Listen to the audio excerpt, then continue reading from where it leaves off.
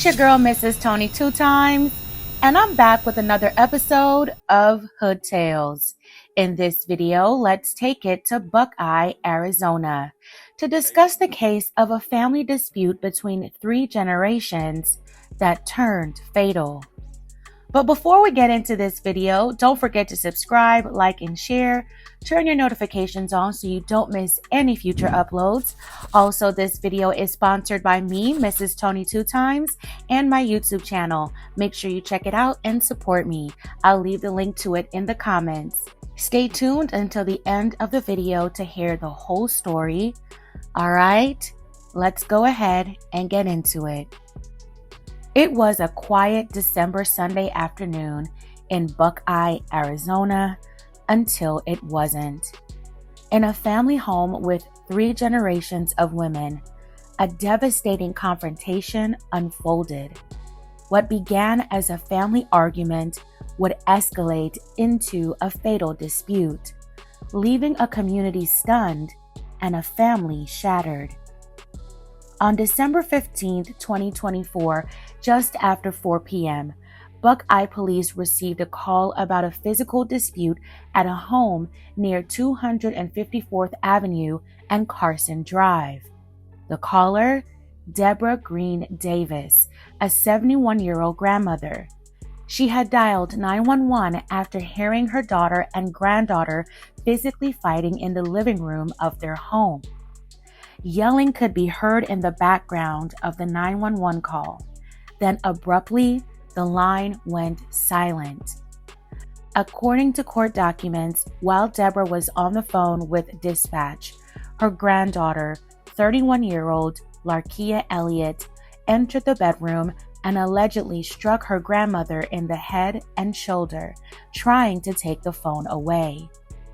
Debra's daughter, Larkeya's 50-year-old mother, intervened, grabbing Larkeya by the hair to pull her away.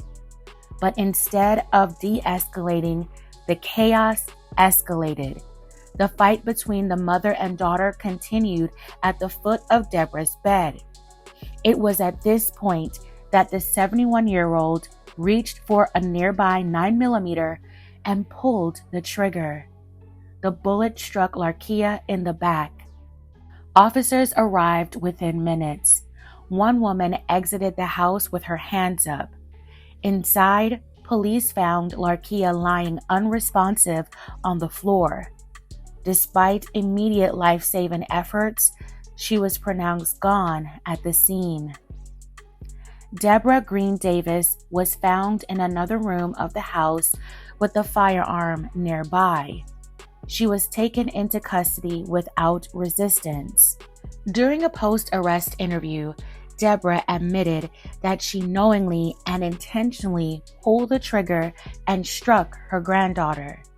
She claimed she was punched and acted in response to the situation unfolding in front of her.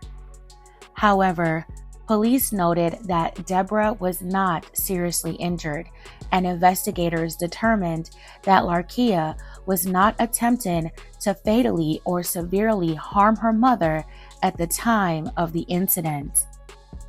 Debra was charged with second-degree hit and is currently being held at Maricopa County Jail on a $500,000 bond. Larkeya Elliot was just 31 years old. She had previously worked as a correctional officer at the Arizona Department of Corrections, serving at Lewis State Prison from 2019 to 2020. Family members declined to speak publicly after the incident, but the grief they faced is undeniable. Neighbors described the area as peaceful and said the family mostly kept to themselves. The incident stunned residents of the Buckeye neighborhood. Many expressed disbelief that such a tragic event could happen so close to home and between a grandmother and her granddaughter. One neighbor told reporters, "A 70-year-old grandmother taking her granddaughter's life? That doesn't happen in this neighborhood. It's shocking." Debra Greene-Davis is innocent until proven guilty. May Larkeya rest in peace. My condolences and well wishes go out to the family. This tragedy is a heartbreaking example of how deep, unresolved family tensions can explode into irreversible acts. 3 generations under one roof: a grandmother, a mother, and a daughter. But instead of unity, there was chaos. Instead of healing, there was heartbreak. Sometimes the most dangerous confrontations happen in the living room, at the kitchen table, right inside the homes we think are safe. It isn't always between strangers or partners. Sometimes it happens between blood relatives, people who love each other, live together, and know each other better than anyone else. When emotional strain and physical confrontations are allowed to build over time without intervention, even the people we trust most can become the ones who cause the most harm. We don't know for certain what the backstory is of this family dynamics, but from the situation where a daughter is fighting her mother, a granddaughter putting hands on her grandmother, a grandmother reaching for a firearm, this is a kind of generational cycle that too often ends in tragedy. And when emotions run high, especially in households where chaos becomes the default response, nobody wins. Was Larkeya defending herself against her mother, or was her mother defending herself against her daughter? Why were they physically fighting? Why did Larkeya go after her grandmother for calling 911? Why did Debra use lethal force against her granddaughter if she didn't believe she had intended to take a life? There are so many unanswered questions to this tragedy. This story serves as a sobering reminder.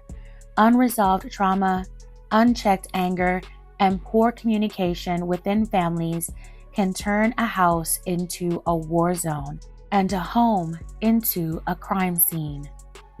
If you or someone you know is experiencing tension or physical harm at home, please don't ignore it. Seek help, talk to someone.